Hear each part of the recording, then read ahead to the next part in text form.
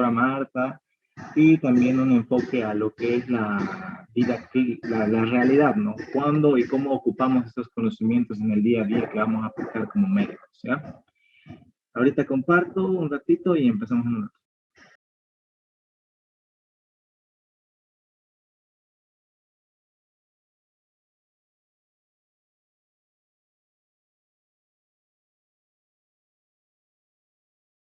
¿Se puede ver? ¿Me confirman, por favor? Sí. Sí, se ve.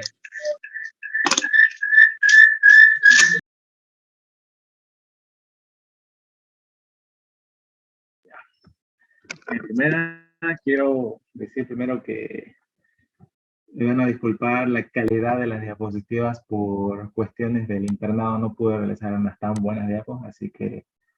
Pero vamos a la explicación, vamos a tratar de hacerla para que todos entendamos, ¿ya? De un punto desde el que leyó de blanco al que no leyó nada, vamos a tratar de que se salgan con lo general y sepan cómo aplicarlo, ¿no? En lo que es el día a día. A ver. Ya, vamos a empezar primero hablando sobre lo que es, primero la distribución de lo que es el agua en el organismo, ¿ya? Parece que no tiene importancia, pero sí la tiene. Y llega a ser preguntado de vez en cuando, ¿ya? Pues, ¿qué importante tiene el agua en lo que es el organismo, no? Tenemos la importancia ya que es nuestro principal componente, el 60% de nuestro peso, es agua, ¿no?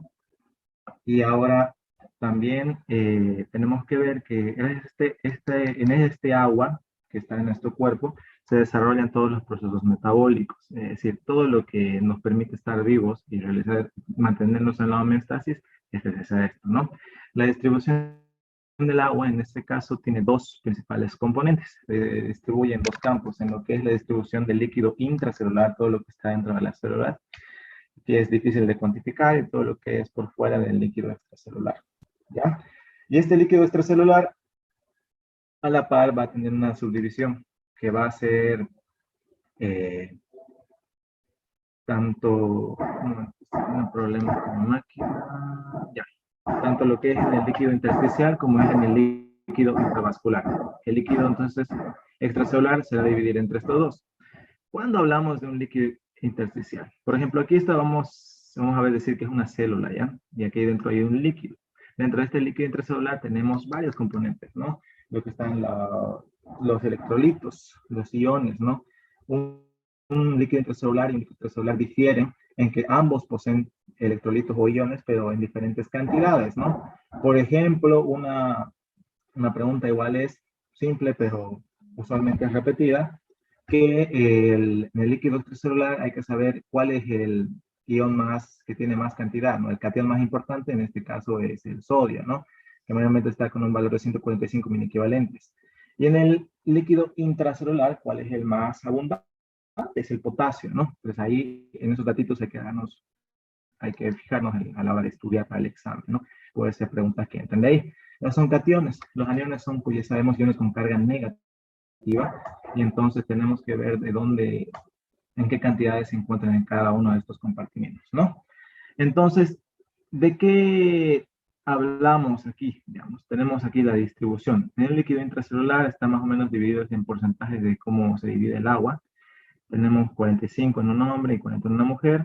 Y en un líquido extracelular tenemos 15, 15, que está dividido de la siguiente manera, que hay 10 en el intersticial y 5 intravascular. El intravascular, como su nombre indica, es donde está en los vasos sanguíneos, ¿no? Y recordemos que hay un plasma en lo que es los vasos sanguíneos, que está compuesto no solo de líquidos, sino de elementos formes como ser proteínas, las células, etcétera, ¿no? Entonces, he ahí la importancia de saber esto, ya que en este líquido intravascular se van a igual transportar diferentes tipos de elementos, como ser el dióxido de carbono. Ya vamos a ver por qué es importante, ¿no? Y a la par vamos a hablar igual de lo que es el balance hídrico rápidamente, que es en sí cuánta agua tenemos que tomar y cuánta agua tenemos que excretar al día a día, ¿no? Lo normal.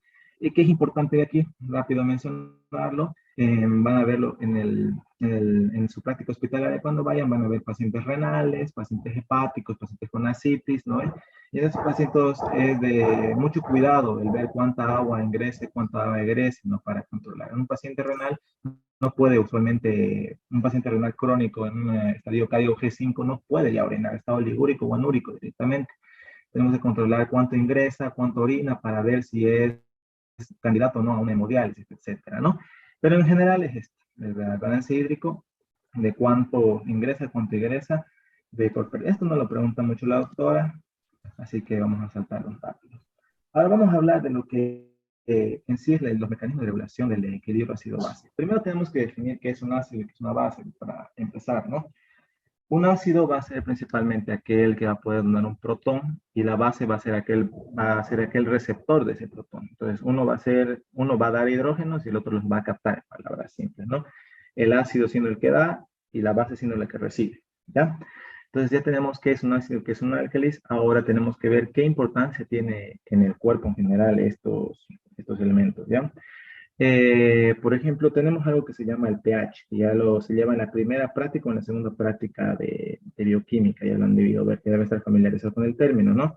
Vamos a decir que es en palabras simples, ya sabemos que es la concentración inversa del logaritmo de hidrogeniones, ¿no? Pero aquí vamos a decir que es cuántos hidrogeniones hay, ¿ya? Por eso se dice que es el potencial de hidrogeniones, ¿no? El pH tiene una relación inversamente proporcional a los hidrogeniones. ¿Esto qué quiere decir? Mientras más hidrogeniones haya, el pH va a disminuir. Y si hay menos hidrogeniones, el pH va a aumentar. Eso toda la vida tienen que memorizarlo, aprenderlo y entender. Esa relación inversamente proporcional se le llama, ¿ya? Entonces, ya sabemos que cuál es el principal componente del pH, es lo que es los hidrogeniones, o el hidrógeno, ¿no? En base a él se va a ver cuánto hay y cuánto no hay de pH.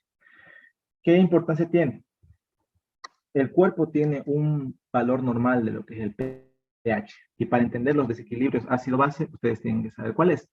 Es de 7.35 a 7.45. Este valor de pH es un valor que permite la homeostasis, permite el correcto uso de las proteínas y por ende permite la correcta homeostasis del cuerpo, ¿no? El equilibrio que tiene el cuerpo. Ahora, ¿qué pasa aquí? ¿Cómo el cuerpo mantiene este equilibrio, ¿no? ¿Cómo el cuerpo mantiene la homeostasis, este equilibrio dinámico que hay en nuestro cuerpo? Mediante tres componentes: las soluciones buffer o los tampones, la regulación respiratoria y la regulación renal. Vamos a hablar en primera instancia de lo que son los sistemas buffer. Teóricamente, el blanco nos explica que los electrolitos, un sistema buffer va a ser aquel que va a frenar las alteraciones del pH de manera dramática. Es decir, si nuestro cuerpo está normal y le metemos un ácido clorhídrico, en teoría debería disminuir el pH altísimo porque el ácido clorhídrico es un ácido fuerte, ¿no? Entonces, ¿cómo el cuerpo hace que no suba de manera drástica, disminuya de manera drástica el pH? Mediante la utilización de estos sistemas buffer, que van a hacer que sí se va a disminuir un poco el pH, pero no de una forma dramática, ¿ya? Está compuesto de lo que es un electrolito débil más una sal del mismo electrolito. Este electrolito débil puede ser un ácido o una base y la sal tiene que ser lo mismo.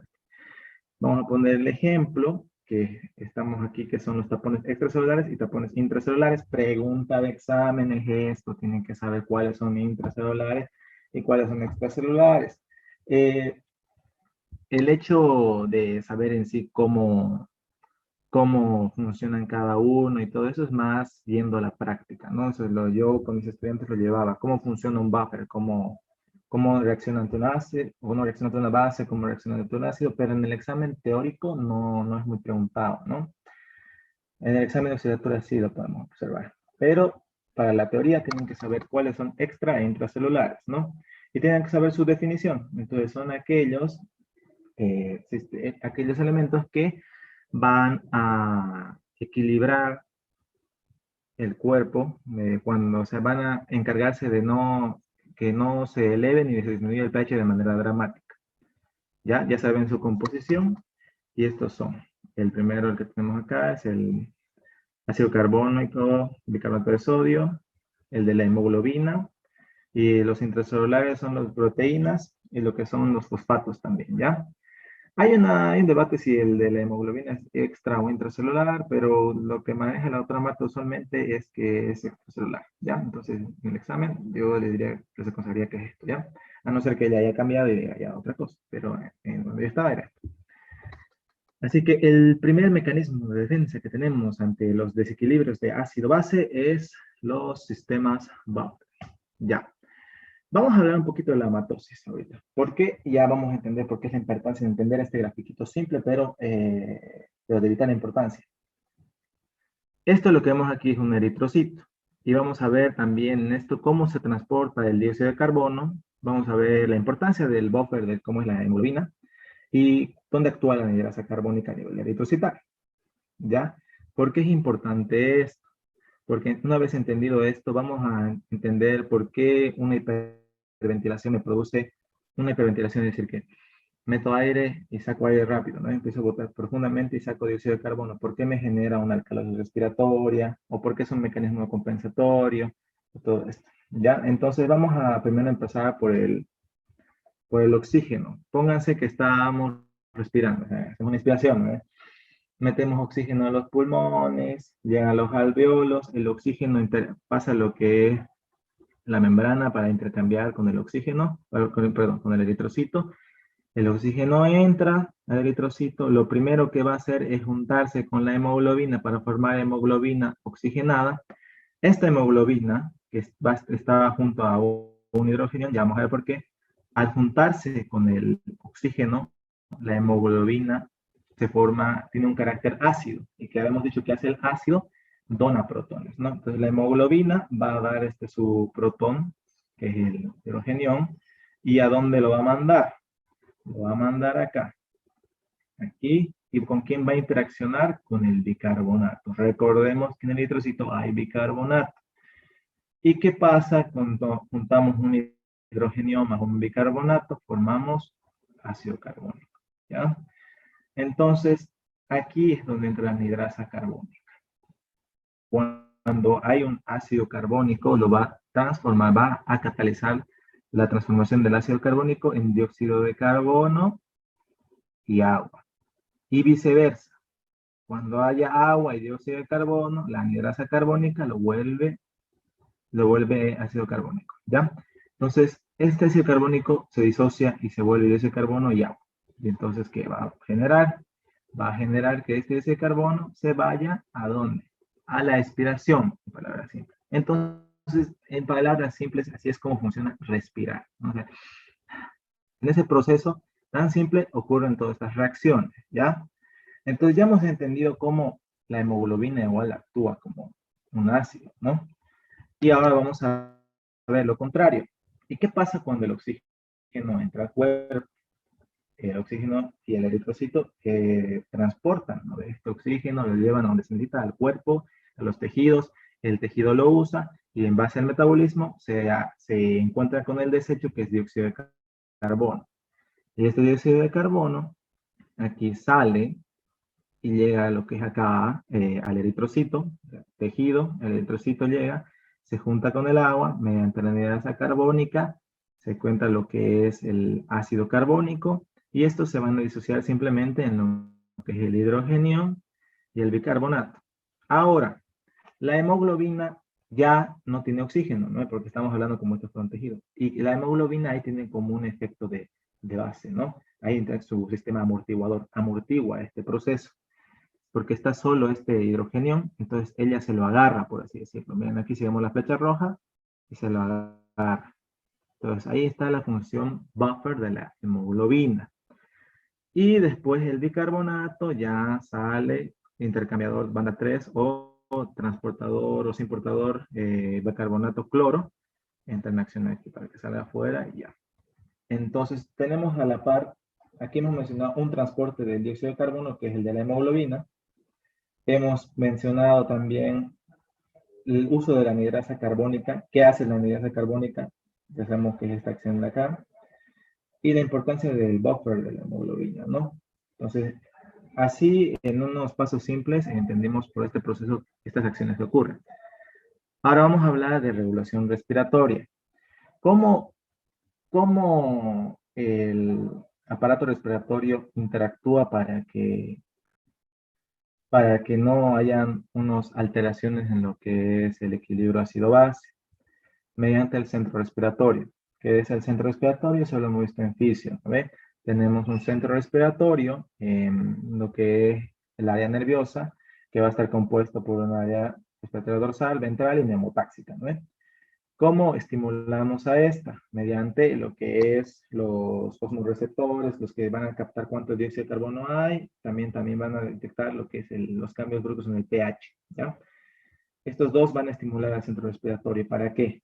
Para que pueda aumentar la frecuencia y lo que es la profundidad, es decir, para que botemos dióxido de carbono o para que respiremos más lento, metamos y mantengamos más el dióxido de carbono. ¿Para qué? Ya vamos a ver.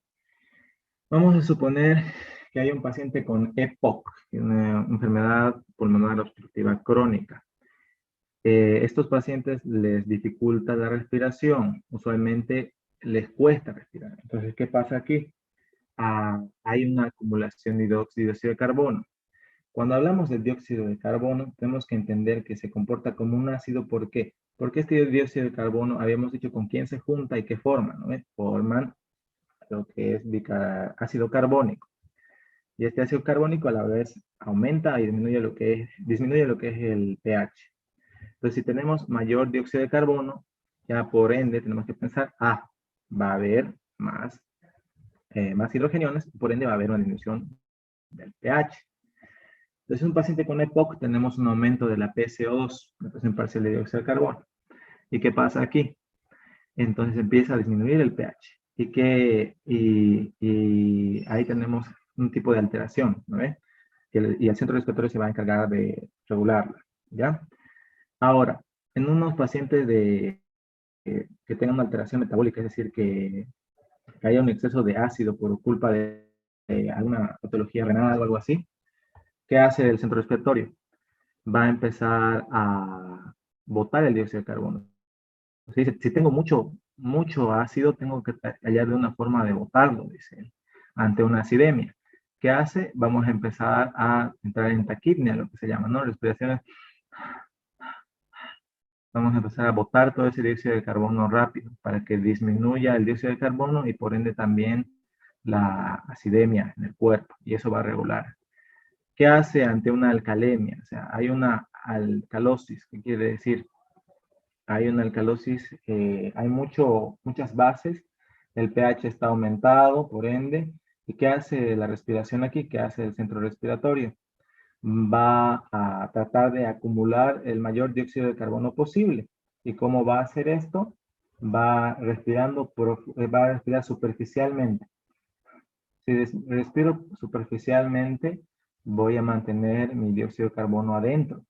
Y por ende, si hay más dióxido de carbono, va a aumentar lo que es los hidrogeniones y por ende el pH va a disminuir y va a tratar de contrarrestar esta alcalemia. O ¿Ya? sea, si respirar más lento. En palabras, no lento, sino superficialmente. O sea, hay una diferencia entre respirar, ahí estoy botando mayor cantidad de dióxido de carbono. Y hay una diferencia entre respirar superficialmente, que ¿no es? Ya no estoy botando la misma cantidad de dióxido de carbono. Ya hay una, para lo que es, digamos, hay una acidosis. Si el cuerpo tiene que botar dióxido de carbono, ahí me acuerdo. Aumento en frecuencia y aumento en profundidad. ¿Esto qué quiere decir?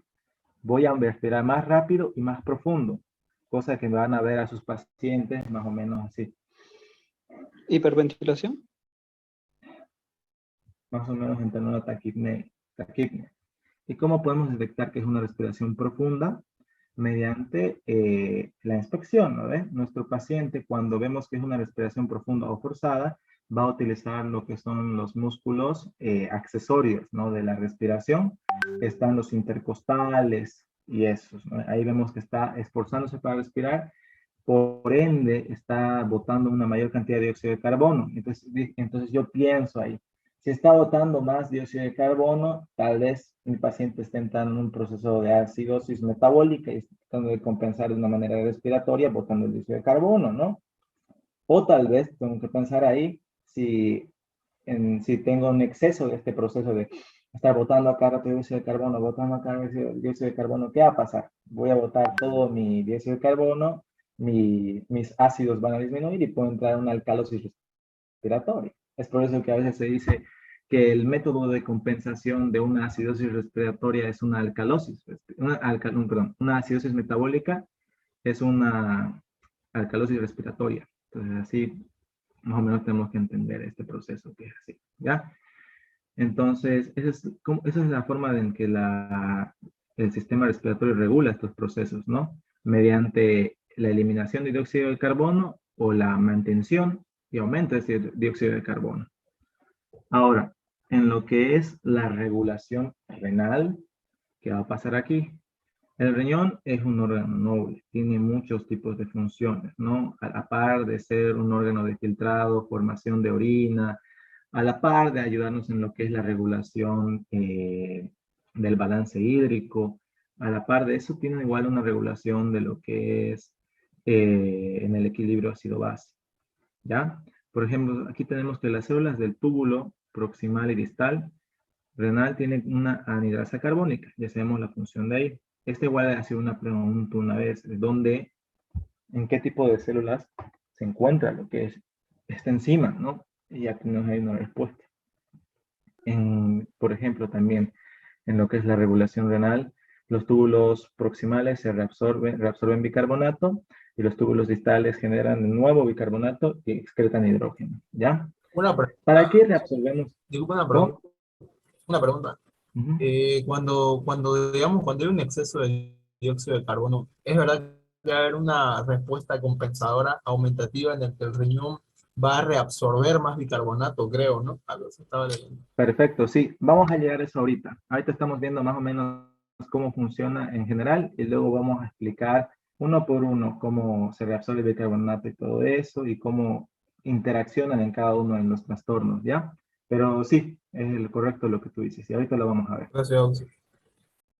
Ahora, en este proceso tenemos que entender estos tres puntos importantes de dónde se genera el nuevo bicarbonato y dónde se reabsorbe el bicarbonato, que puede ser un tipo de pregunta igual. Pero tenemos que entender esa función. Entonces, el riñón tiene la función de reabsorber bicarbonato. Y ya, por lógica, vamos a ir pensando si hay una acidosis, ¿qué va a hacer el cuerpo? Va a reabsorber bicarbonato para aumentar las bases y tratar de equilibrar. Y también va a generar nuevo bicarbonato. ¿Dónde genera nuevo bicarbonato? En los túbulos distales, ¿no ven? Y si, por ejemplo, hay una acidosis que va a ser igual el riñón, va a excretar hidrógenos, ¿no? ¿Y de qué forma? Eso nos lleva a la segunda cosa que hace el riñón importante en este aspecto. Aparte de reabsorber bicarbonato, excreta lo que es la orina ácida, ¿ya? En esto vamos a ver cómo se hace ahorita. Por ejemplo, ¿cómo se reabsorbe el bicarbonato? Esto, hemos dicho que el bicarbonato se encuentra prácticamente en todo el cuerpo, en los eritrocitos y todo esto. Cierta parte de bicarbonato se va a ir por lo que es la vía renal y va a filtrarse. Se va a filtrar por lo que es la cápsula de Bowman, pasa aquí el bicarbonato. Aquí vemos, esto es la luz de lo que es la nefrona, ¿ya? Y esto es sus células epiteliales y aquí tenemos lo que es de nuevo dentro del cuerpo, ¿ya? Tenemos lo que es la bomba sodio-potasio TPasa, que ya sabemos que mete 2 potasios y saca 3 sodios, ¿no? Y aquí, ¿qué pasa? El bicarbonato viene aquí y este es importador sodio-protón o hidrogenión, va a hacer que entre un sodio y salga un hidrogenión, y ahí, miren, forma ya ácido carbónico, orina ácida. Hace que se disocie la anhidrasa carbónica, ¿y qué pasa aquí? El dióxido de carbono entra de nuevo, se junta con el agua, más la anhidrasa carbónica, que ya sabemos cuál es su función, forma esto, se disocia en bicarbonato y en hidrogenión.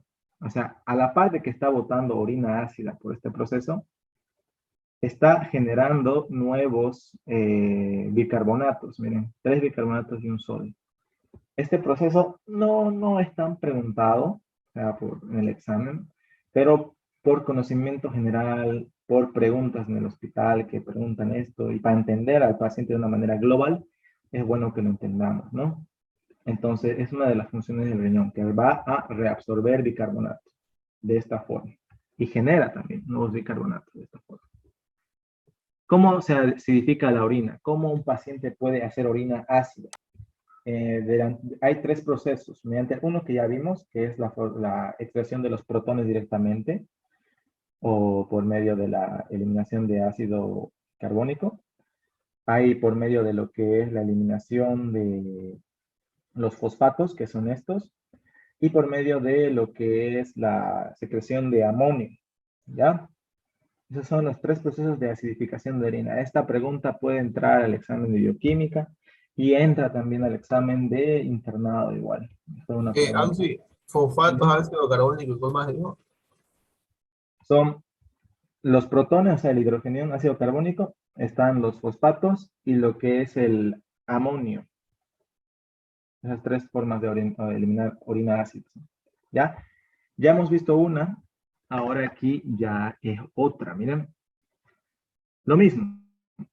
Fosfatos ya hemos visto que hay en el cuerpo. Nuevamente están en lo que es un tipo buffer intracelular, pero que igual se lo puede encontrar y se excreta por lo que es el riñón, ya que el riñón es el formador de la orina y la orina es parte de los desechos que hay del cuerpo, ¿no? Entonces tenemos aquí lo que es un fosfato, que está en lo que es la luz de la nefrona, y qué va a pasar con este. Ya hemos conocido este importador, ¿no? ¿Ve? Lo hemos visto hace ratito, cómo funcionaba. Sodio, hidrogenión, ¿de dónde sale esto, no? Aquí está lo mismo que vimos hace rato, y ya sabemos. Viene aquí, este hidrogenión se junta con el fosfato, ya se lo vuelve ácido y se excreta por la orina. Aquí como llega dióxido de carbono dentro de lo que es dentro del cuerpo, dióxido de carbono, agua, anhidrasa carbónica, ácido carbónico y eliminación. Vean cómo es de todo un proceso, ¿no? Todo es un ciclo, cómo ocurre esto, todo tan sincronizado la actividad de cómo el cuerpo puede eliminar orina ácida, ¿no? Y por último tenemos a lo que es el proceso de eliminación de orina por medio de lo que es la producción de amoníaco. El amoníaco es un producto de la glutamina, ¿ya? La glutamina, mediante la acción de la glutaminasa, vamos a poner, no tengo un gráfico, a ver. Me olvidé de gráfico. A ver, pero ya, vamos a ver, decirlo así. Vamos a suponer que acá, Auxi, una pregunta. Ya queda menos un minuto, tenemos el mismo link. sí, mejor así, así pongo una imagen más y ya, con eso les explico. Así que ya, cuando ya quede, cuando se corte la reunión, ahorita voy a poner el gráfico y vamos a explicar cada uno de los trastornos, lo que es una acidosis respiratoria, metabólica, alcalosis, y de ahí ya voy a mencionarles experiencias, ¿no? En el hospital y algunas preguntas de examen igual basados en eso. Porque lo que hace la doctora es simplemente poner un caso clínico, sí o sí, esas preguntas fijan un caso clínico y ustedes tienen que decir si es una acidosis metabólica o respiratoria. Y después tienen que ponerle el apellido, si está compensada, descompensada o en proceso de compensación. Y eso vamos a ver ahorita, ¿ya? Entonces, el mismo link, ¿no, Auxi? Sí, supongo que sí. El mismecito es el mismo link, ¿no?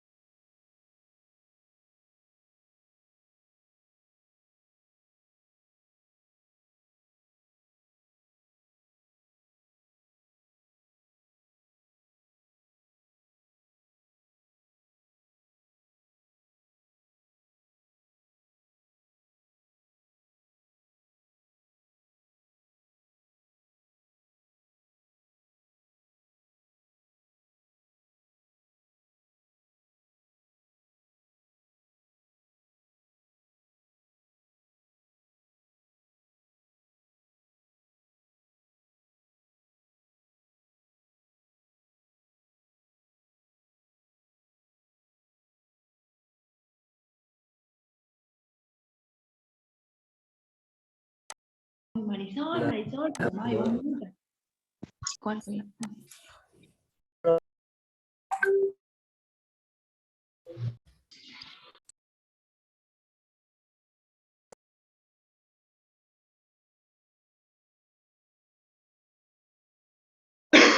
Ya.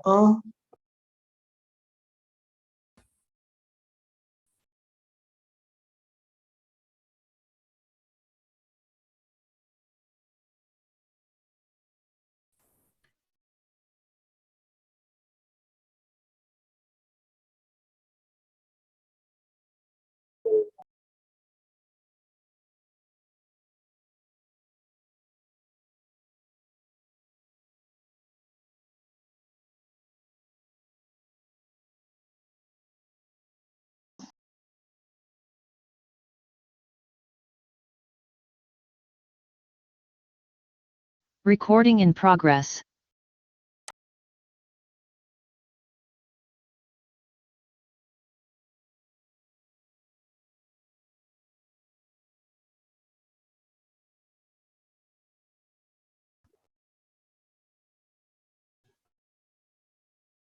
Ya volví.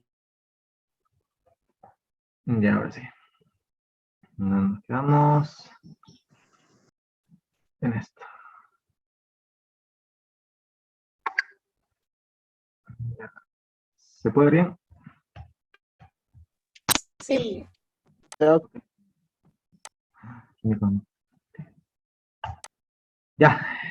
Ya hice una diapo flash. Estos gráficos los pueden encontrar ahí en blanco, o sea, para que entendamos, ¿no? El amoníaco, cómo se forma y cómo se excreta en forma de amonio, ¿no? Para entender y saber cuál es el amoníaco y cuál es el amonio, vamos a entender fácilmente. NH3 es amoníaco y NH4 es amonio. El amonio es la forma ácida, por así decirlo, de esto, ¿ya? Entonces, ¿qué tenemos que ver acá? Que hay un filtrado, está el sodio, está el cloro, ¿no? A diferencia de la otra forma de eliminar orina ácida, que es que ya sale el fosfato o ya sale el bicarbonato aquí, el amoníaco se forma dentro de lo que son estas células, de lo que es el riñón, ¿ya? ¿Qué pasa acá?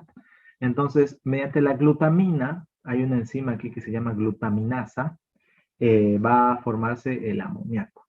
Este amoníaco, una vez formado, ¿qué va a hacer? Va a poder irse directamente, pasar por la célula y directamente ir a la luz para que sea excretada en forma de orina, donde se va a juntar con el hidrógeno, que sabemos de dónde sale ya, y formar así amonio y eliminar orina ácida. O también puede hacer este paso, que va a ir acá, este hidrógeno intracelular va igual a juntarse a él, va a formar ya amonio dentro de la célula y va a ser excretado de forma de amoníaco, ¿no? Este transportador igual lo conocemos, solo que quiten la N de aquí y es el que hemos visto hace rato en las otras gráficas, que está acá igual, ¿no? Es el mismo, solo que le aumentan la N ahí, el transportador sodio-amoníaco, en este caso. Y así como el cuerpo elimina la orina ácida. Entonces ya hemos visto más o menos su función en esto, en lo que nos lleva, ¿no? Ahora, vamos a hablar de trastornos del equilibrio ácido-base. Va a ir un poquito rápido porque tengo otras cosas que hacer ahorita. Tengo que preparar mis cosas para mañana. Vamos a tratar de ir lo más sencillo y que se aterriza, que entendamos los conceptos básicos, ¿no? Habíamos dicho que tenemos trastornos de equilibrio ácido-base. Tenemos lo que es el pH, de que hemos dicho que está un valor normal entre 7.35 a 7.45. Si se baja de esto, estamos hablando de una acidemia o de una acidosis. Si se sube de 7.45, estamos hablando de una alcalemia o una alcalosis, ¿ya? Cuando hablamos de una acidosis respiratoria, cuando hay un aumento en la PCO2 y por ende en los hidrogeniones y una disminución del pH sanguíneo. ¿En qué casos podemos ver esto? Una acidosis de tipo respiratorio. Podemos ver en pacientes que estén cursando por una encefalitis, ¿ya? Puede ser también unos procesos que, como hemos dicho, un EPOC, en un asma, podemos verlo, porque a esos pacientes les cuesta respirar y por ende tienden a acumular dióxido de carbono, ¿ya? Entonces esos tipos de patologías nos pueden llevar a una acidosis de tipo respiratoria, ¿ya? Ahora, Alcalosis respiratoria quiere decir que el problema va a ser que hay una disminución de lo que es el dióxido de carbono y por ende hay un aumento de lo que es el hidrogenión, ¿no? Ahora, y hay un aumento en el pH sanguíneo. ¿Qué pasa? Ahora, perdón, me confundí. Hay una disminución del hidrogenión igual y por ende hay un aumento de lo que es el pH sanguíneo, ¿ya? Ahora, ¿en qué casos vemos esto? En pacientes que han sufrido de algún daño en el cerebro, un golpe así, que va a afectar ¿a dónde? Al centro respiratorio, ¿no? Es el encargado de si aumenta o disminuye la frecuencia respiratoria. En palabras simples, va a haber un daño ahí y va a estimularlo y va a hacer que todo el tiempo esté con una respiración profunda y rápida. Y entonces, ¿qué hemos dicho que causa la respiración profunda y rápida? Más eliminación de dióxido de carbono. Y si se elimina el dióxido de carbono, se eliminan los ácidos y por ende aumenta el pH. Es una causa de alcalosis respiratoria. Otro tipo de causa de alcalosis respiratoria es cuando nos agitamos o cuando nos ponemos nerviosos, ¿no? Ya van a verse a ustedes mismos en el examen, el día de examen final, necesitan 30 puntos para pasar la materia y el examen vale 30, ¿sí? Y van a empezar a respirar profundo y rápido, ¿no? Van a estar en una alcalosis respiratoria. Esto nos puede pasar a nosotros. Entonces ya sabemos identificar este tipo de patologías, ¿no? Y entonces la alcalosis respiratoria está caracterizada por una disminución del dióxido de carbono, de los ácidos y un aumento del pH sanguíneo. La acidosis metabólica. ¿Qué quiere decir? Que un componente metabólico, es decir, que puede ser el riñón o algo así, no está acumulando demasiado ácido en el cuerpo. ¿En qué casos podemos llegar a observar este tipo de patologías? En pacientes diabéticos, por ejemplo. Esto es para toda la vida, tienen que entenderlo. Un paciente diabético, ¿qué pasa? Que no se controle, ¿no? Que no esté con medicamentos, nada. Tiene las 4P, ¿no? Polidipsia, polifagia, poliuria, pérdida de peso. Entonces, ¿qué pasa? El paciente tiene polidipsia, ¿no? Tiene hambre, le da hambre. ¿Por qué le da hambre? Porque la glucosa que está en el cuerpo no logra ingresar, ¿no? A lo que son las células. Entonces el cuerpo interpreta esto como que no hay glucosa, no entra glucosa, entonces tenemos que comer, ¿no? Entonces el paciente empieza a comer, empieza a tener hambre. Y la glucosa ahí no va a entrar de todas maneras. Entonces el cuerpo dice, pucha, no hay glucosa, entonces ¿qué hago? Voy a buscar una vía alterna de producirme energía. Empieza la gluconeogénesis, ¿no? Entonces, ¿qué va a hacer ahí? Va a utilizar la segunda fuente de energía, que son los ácidos grasos, ¿no? Las grasas, perdón. Utiliza la grasa mediante la beta oxidación. Ya tengo energía para mantenerme, pero el proceso de la beta oxidación nos genera lo que son las cetonas, y estas cetonas tienen un carácter ácido. Entonces, si tengo más ácidos que se han producido por lo que es mi diabetes, va a aumentar los ácidos en la sangre, por ende, ¿qué va a pasar? Va a haber un aumento de los hidrogeniones, va a haber una disminución del pH sanguíneo, ¿ya? Y puede haber también una disminución de lo que es el bicarbonato. Entonces, una acidosis metabólica es cualquier causa de disminución del pH ajena a la respiración. Tiene un carácter metabólico, puede ser en la diabetes, en pacientes con inanición también, o sea, un paciente cuando no ha comido durante 5 días, ¿qué empieza a hacer el cuerpo? Lo mismo, vía alterna, no hay glucosa, voy a usar la grasa, y va a pasar igual ese aumento de lo que es el ácido. ¿Qué otros pacientes igual pueden tener este tipo de patologías?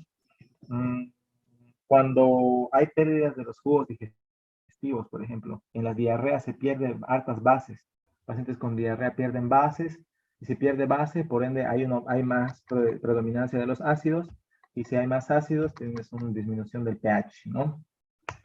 Y por último, la alcalosis metabólica, que es una disminución de los hidrogeniones, aumento del bicarbonato y del pH sanguíneo, ¿ya? Entonces vamos a pasar a la siguiente aquí, y estas son las compensaciones. Esto sí tienen que saberlo súper bien. Y tenemos que entender, aquí dicen minutos y horas y días y días. Nos vamos a dar cuenta que cuando hablamos de minutos y horas es respiratorio, y cuando hablamos de días es de carácter metabólico, de renal, ¿ya? Entonces, ¿cuál es más rápido en compensar? ¿El riñón o la respiración? La respuesta La respiración. La respiración. Respiración. esa ya respondieron una pregunta ahí. ¿Cuál es el primer mecanismo más rápido en actuar? Es la respiración. ¿Ya? Entonces aquí vamos a ver en una acidosis metabólica. En una acidosis metabólica que habíamos hablado, que es debido a causas como la inanición, la diabetes, la pérdida de bases por medio de diarrea, va a haber un cambio primario que va a hacer que disminuyan las bases, por ejemplo. Aquí en cambio primario dice aquí pierde pérdida de bicarbonato, pero debería decir también aparte, y lo más importante que es, el aumento de ¿qué? De ácidos o bases en una acidosis metabólica. ¿Qué se aumenta? Aumento. Ácido. Ácidos, ¿no? Aquí debería decir eso. Entonces ustedes ya le saquen screen, o sea, el aumento de ácidos. En cambio, compensador, ¿cuál va a ser? O sea, ¿cómo compenso esto? Ya habíamos hablado de esto, ¿no? Tenemos que disminuir los ácidos. ¿Y quién actúa rápido? Cuando actúa la vía, cuando hay una afectación metabólica, actúa rápido la respiración. Entonces tenemos una hiperventilación. Respiraciones superficiales que boten más rápido el dióxido de carbono. Empiezo a botar dióxido de carbono. Y hemos dicho que el dióxido de carbono y la acidez es proporcional. Si pierdo dióxido de carbono, quiero decir que estoy disminuyendo mis ácidos y por ende mis bases y mis ácidos se van a regularizar ahí. Y aquí dice, escala temporal del cambio compensador, minutos o horas, que es el respiratorio. Entonces, en palabras simples, ante una acidosis metabólica, el que compensa es el sistema respiratorio. ¿En cuánto tiempo? En minutos u horas. ¿Cómo lo hace? Mediante el proceso de la hiperventilación. ¿Y cómo es eso? ¿Cómo voy a ver a mi paciente ahí? Me respirando rápido. Hay pero no profundo, recuerden eso, porque hay veces que pone, cuando hablamos de aumento de frecuencia y profundidad, ya eso es cuando está perdiendo dióxido de carbono, eso tenemos que hablar. Ya. Hay diferencias, ¿no? Hemos dicho, cuando hablamos de la respiración superficial, no estamos perdiendo dióxido de carbono, pero cuando hablamos de respiración profunda y de frecuencia, como que es, ahí perdemos dióxido de carbono, ya por eso se llama hiperventilación. En una alcalosis metabólica, ¿qué ocurre acá? Lo contrario, hay un aumento de las bases y por ende disminuyen lo que son los ácidos, ¿no ves? Y por ende hay un aumento en lo que es el pH, va a ser mayor a 7.45. ¿Cómo compensamos esto? O sea, tengo mucha base, tengo que tener ácido, dice el cuerpo. ¿Qué voy a hacer? Lo contrario a esto. Entonces voy a tener una hipoventilación, te voy a respirar lento.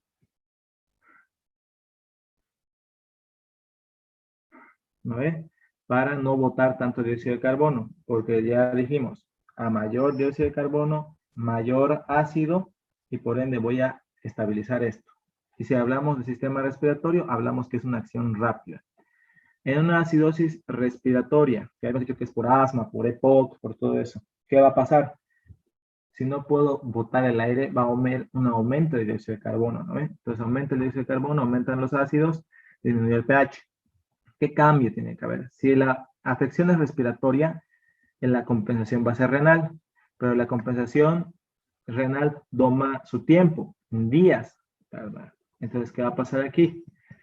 En una acidosis respiratoria, hay una reabsorción del bicarbonato, que ya hemos visto cómo es el proceso, para que aumente el bicarbonato en plasma. Y a la par de esto, también el riñón va a eliminar orina ácida, ¿ya? Entonces, por esos dos cambios compensadores, elimina orina ácida, mi paciente va a orinar más ácido. ¿Cómo puedo verificar esto? Mediante un examen general de orina. Pero no. Y también va a resolver bicarbonato, pero va a tardar días en componerse esto. Y en una alcalosis respiratoria, que habíamos dicho que era por golpes en la cabeza, que era por estar nervioso. ¿Qué pasa aquí? Hay una disminución del dióxido de carbono. El cambio compensador va a ser la reabsorción de lo que es ácidos y va a ser una eliminación. Aquí hay que cambiar esto. Aquí. No se reabsorbe más bicarbonato. ¿Por qué? Porque si reabsorbo, disminución en la reabsorción de bicarbonato renal. Sí, está bien. Ya no reabsorbe tanto bicarbonato, elimina más bien bicarbonato y trata de reabsorberse más bien ácido. ¿Para que esto equilibre, ¿no ves? La balanza de lo que es la acidosis y la alcalosis. Y si hablamos de compensación renal, va a tardar días entonces en actuar esto. Ahora, en estos casos hay una pregunta que siempre repite la doctora. ¿Qué tratamiento le damos a una alcalosis respiratoria? si lo que necesitamos es dióxido de carbono. Lo ha debido mencionar en clase y ustedes lo deben saber, pero para recordarnos, ¿ve? Dice que agarremos una bolsita de esas de plástico o cualquier bolsa y empecemos, como estoy agitado, ¿no? Estoy botando dióxido de carbono, entonces agarras la bolsita y te pegas en ella, cosa de que ese dióxido de carbono vuelva a entrar y se acumule y no botes dióxido de carbono. Entonces ese es el tratamiento para una alcalosis respiratoria. Esa sí es pregunta de examen. Entonces, ya saben, tratamiento para alcalosis respiratoria. ¿Ya? Y en resumen vamos a ver un caso clínico fast. Aquí, hombre de 19 años de edad que va a acudir a urgencias con los siguientes parámetros sanguíneos. Un pH de 7.55. ¿Cuánto habíamos dicho que era el pH normal? 7.35, 7,35. Entonces, este pH está yéndose hacia la acidosis o hacia la alcalosis. Alcalosis. Lógico, ¿no? La PCO2, valores normales, ¿quién sabe? 35 milímetros de mercurio. Belleza. Entonces, ¿Cuánto? entonces el valor de PCO2 es de 35 a 45, ¿ya? Ahora, vamos a ir un poquito más de terminología médica. Cuando hablamos de un aumento de la PCO2 mayor a 45, ¿cómo se denomina? Alcalosis. Solo dióxido de carbono. Acidosis. Ahora sí, aquí los agarré ya. Cuando estamos hablando solo de dióxido de carbono, o sea, olvídense de lo demás, solo ven dióxido de carbono que está pónganse en 50, ¿ya? Pónganse en 50, que ya está más de 45. Se llama hipercapnia, ¿ya? Hipercapnia. Cuando estamos hablando de un PCO2 menor a 35, lógicamente se llama hipocapnia. Entonces ya saben algo nuevo ya. Más profesores. Ausi, hipocapnia dice, o, Ajá, o ¿cómo digo? Capnia, con P, capnia. Hipocapnia. Capnia. Ajá. Es igual, es importante, ya lo van a ver cuando veamos. Igual en una gasometría ustedes pueden diagnosticar un tipo de insuficiencia respiratoria o síndrome de distrés respiratorio también. Porque en las insuficiencias respiratorias sabemos que hay de tipo hipoxémicas, hipercápnicas, hay de lo que es perioperatorias y lo que son ya por shock o por hipoperfusión, pero ya es otro tema que lo veremos más adelante. Pero que vayan viendo, cuando hay mucho dióxido de carbono, hipercapnia. Cuando hay poco dióxido de carbono, hipocapnia. Entonces ya con la doctora, cuando vean así, el paciente está hipocápnico o hipercápnico. Mierda. Entonces aquí en lo que es bicarbonato, los valores normales usualmente varían según el laboratorio entre 23 a 24, pueden ser así 22, 21. En su guía práctica de bioquímica, en la parte de atrás, tienen los valores que la doctora ocupa. Pero más o menos nos puede guiar esto a que es un valor normal nomás. Y el oxígeno, ¿de cuánto hablamos cuando hablamos de presión parcial de oxígeno? ¿Quién sabe? De 80 a 100 milímetros de mercurio. Bien. De 88 a 99. Ajá. Puede variar igual. Todos se van a dar cuenta cuando vayan al hospital, cuando hagan sus prácticas, depende de dónde hay, varían. Así. Pero lo bueno es que aparece ahí valores de referencia y más o menos se ubican, ¿no? Pero para el examen ustedes tienen que saber todo lo que está atrás en la guía de la doctora. Entonces ya, volviendo al tema, ya hemos dicho que... No me han entregado la guía. No tenemos la guía todavía. Ya la van a tener. Más bien, si usted la tiene, no pase una foto. Voy a pasarles entonces los valores que la doctora maneja. Y ahí ya con eso ya van a estar campeones. Sí, Ausi, porfa. Dale. Entonces aquí tenemos que hemos dicho que es una alcalosis. Ya hemos dicho que hay una disminución de lo que es el dióxido de carbono. ¿Y en qué podemos ir pensando? Entonces ya, si hay disminución del dióxido de carbono. Una alcalosis respiratoria. Va. Las dos. Ahora, sus compañeros informan Si que... hay disminución de dióxido de carbono, ¿sería una acidosis? ¿Cómo? No, No, una alcalosis. Alcalosis, porque cuando hay Y si hay una elevación de dióxido de carbono en el cuerpo, sería una acidosis, ¿no? Claro, tenemos que ir pensando en eso, ¿no? Pero ¿qué nos dice que es acidosis o alcalosis? El papá de acá, ¿no? el pH. Este es el que nos dice, así fue alcalosis. Ya hemos dicho que es alcalosis. Ya hemos visto que la PCO está disminuida. El bicarbonato está normal, la PO2 está disminuida, entonces, ¿no? Pero nos importan estos dos. Con estos dos ya lo han dicho algunos ya, es una alcalosis ¿de qué? Respiratoria descompensada. Descompensada por hiperventilación. Ahora, aquí vamos a hablar para su examen. Esto sí es lo más importante para su examen. Ya he visto que sabe identificar, o sea, está muy bien en el aspecto. Pero ahora vamos a ponerle el apellidito. ¿Cuándo sabemos que está descompensada? ¿Cuándo sabemos que está compensada? ¿Y cuándo sabemos que está en proceso de compensación? ¿Quién sabe? A ver, ya vamos a empezar lo básico. Cuando está compensada, ¿cómo sabemos? Es porque el pH Cuando el está en los pH parámetros vuelve. correctos. Parámetros. Exacto, el pH ya está en los valores normales, ¿no ves?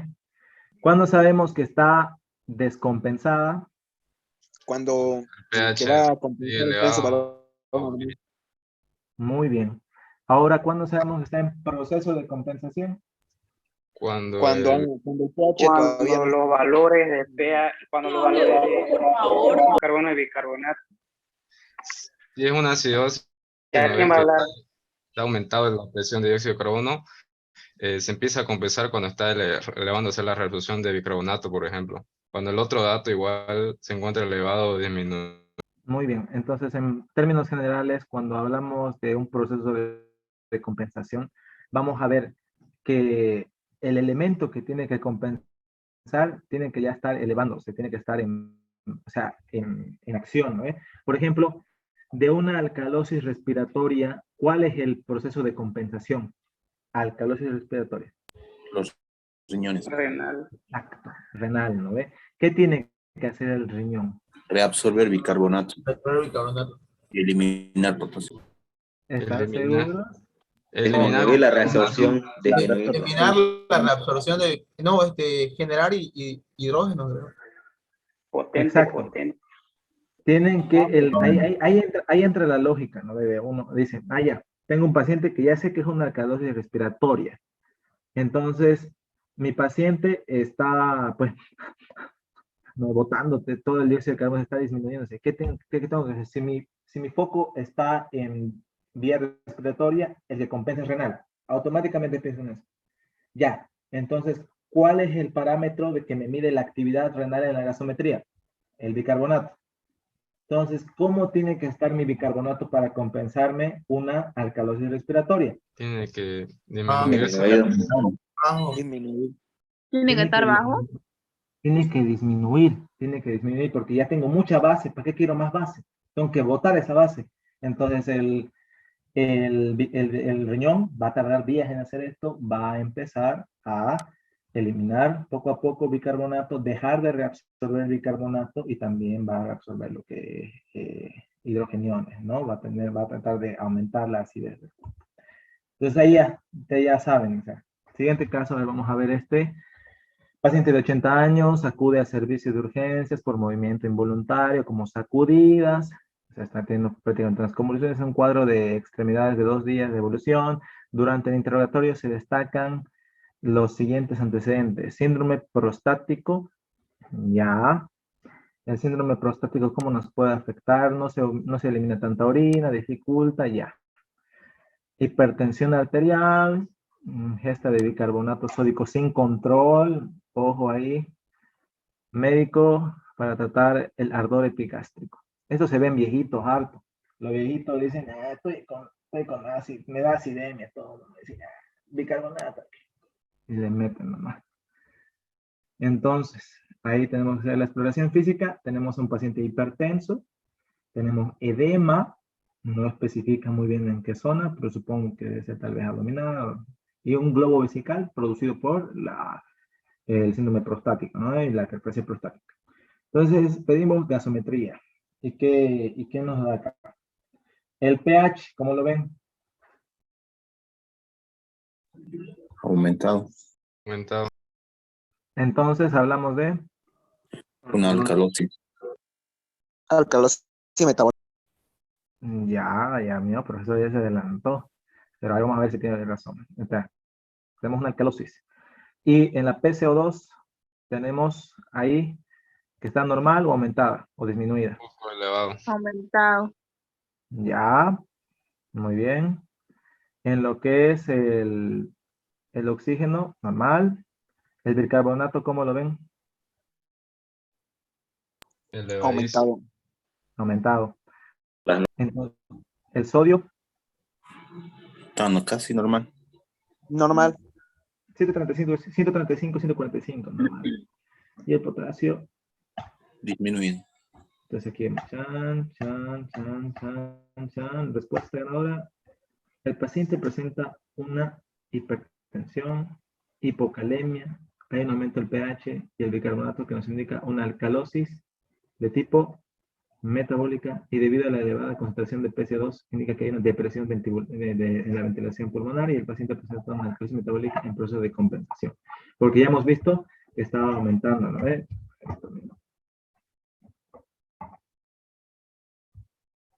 Si mi problema es, como he dicho, mi bicarbonato es elevado, si mi problema es metabólico, ¿quién compensa? Respiratorio. Respiratorio. Los pulmones. Ya ahí vemos, ¿no? Entonces, mi paciente, ¿cómo estaría? En hipoventilación, ¿eh? Tratando de no respirar mucho, porque no quiero perder el dióxido de carbono que tengo. Está compensando. Ahora Entonces, vamos como el dióxido de carbono está elevado, por eso es que se dice que está en proceso de compensación, ¿no? Exacto, exacto. Muy bien. Ese razonamiento quiero que tengan ahí. O sea, ustedes van a buscarle nombre y apellido. O sea, esa es la que la doctora quiere. De nada, no les va a servir de nada poner solo, es una alcalosis metabólica. A la doctora le va a importar qué. Su apellido. Compensada, descompensada o en proceso de compensación. Ahora, vamos a ver cómo veríamos esto que ya está compensado si el pH ya estuviera normal. Tal vez esto esté elevadito y todo eso, pero el pH ya tiene que estar normal. Y basados en la clínica, ¿no? En eso es lo que tienen que ustedes ver siempre, ¿no? Ahora, preguntas sobre esto que hace la doctora para el examen, el caso clínico. Lo que les puedo recomendar yo a ustedes, practiquen, búsquense casos en internet.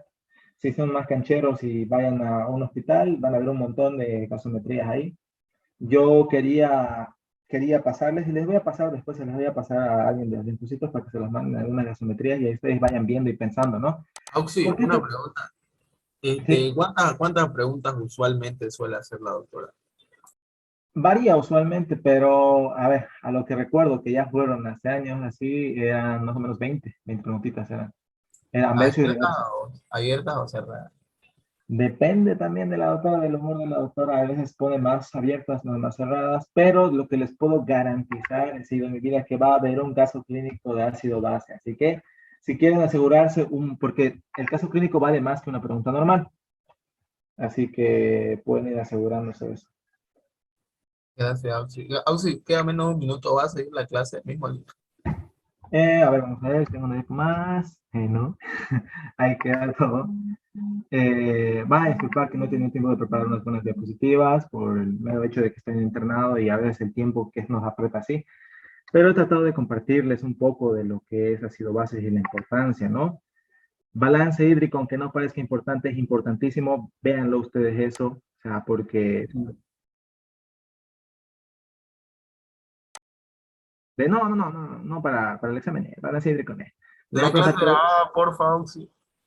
De eso se encargan los chicos. Yo sé que están grabando aquí, me apareció recording in process, así que supongo que sí está grabándose. Y la van a pasar ellos. Así que, bueno, chicos, un gustazo haber pasado clases con ustedes así. Si tienen alguna duda, me pueden hablar, cualquier cosa, yo los ayudo con gusto. Y pues, eso. Hasta luego, chicos. Chau, chau. Gracias, Auxi, lo amo. Gracias, Hasta Auxi. luego. Gracias. Gracias, Auxi.